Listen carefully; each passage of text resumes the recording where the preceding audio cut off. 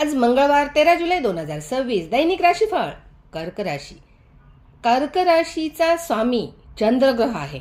कर्क राशीच्या 12व्या स्थानातून चंद्राचे भ्रमण जे होत आहे ते आर्द्रा नक्षत्रातून होत असल्याने कर्क राशीच्या व्यक्तींना एकांतामध्ये राहणे आणि आत्मचिंतन करणे यावर जास्त भर द्यावा वाटेल.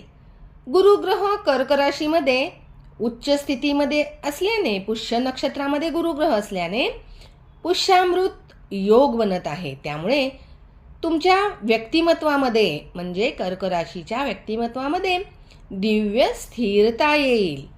मंगळ ग्रह योगकारक ग्रह असून कर्क राशीसाठी मंगळ हा ग्रह योगकारक आहे आणि मंगळ हा ग्रह 11व्या स्थानातून म्हणजे तुमच्या लाभामध्ये स्थिर वृद्धी देण्याचे त्यामुळे संकेत मिळतात.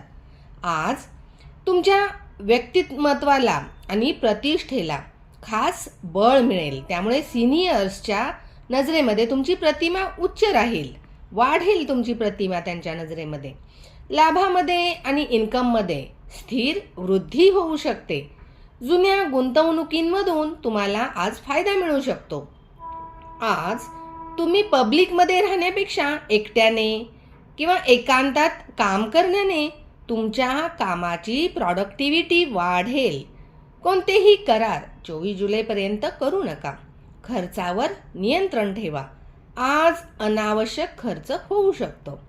कला आणि साहित्य क्षेत्रातील कर्क राशीच्या व्यक्तींना मान सन्मानाची प्राप्ती होऊ शकते. पैतृक संपत्तीमधून धनलाभाचे योग बनत आहेत. एकांतात जुन्या आठवणींना आज उजाळा मिळेल आणि मानसिकरित्या तुम्हाला हलके हलके वाटेल. कुटुंबात तुमच्या भावना स्पष्टतेने बोला. आज कुटुंबातील एखादे काम तुमच्या जीवनसाथीच्या, बायकोच्या किंवा नवऱ्याच्या सल्ल्याने पूर्ण होऊ शकते. मुलांबरोबर थोडा वेळ घालवल्यास घरातील वातावरण आल्हाददायक हलके फुलके राहील. आज झोपेमध्ये वाईट स्वप्नांमुळे थोडा अडथळा येऊ शकतो. त्यामुळे झोपण्याआधी ध्यान करा आणि मगच झोपा.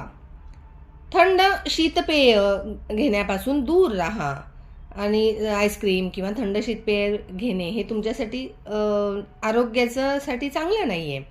हवामानाच्या बदलाचा तब्येतीवर परिणाम होऊ शकतो आणि त्यातच हे शीतपेय खाल्लं की मग त्रास नक्कीच आहे. कर्क राशीसाठी उपाय म्हणून सोमवारचे व्रत करावे. भगवान महादेव आणि शिवशंकराच्या पिंडीवरती जलाभिषेक करावा.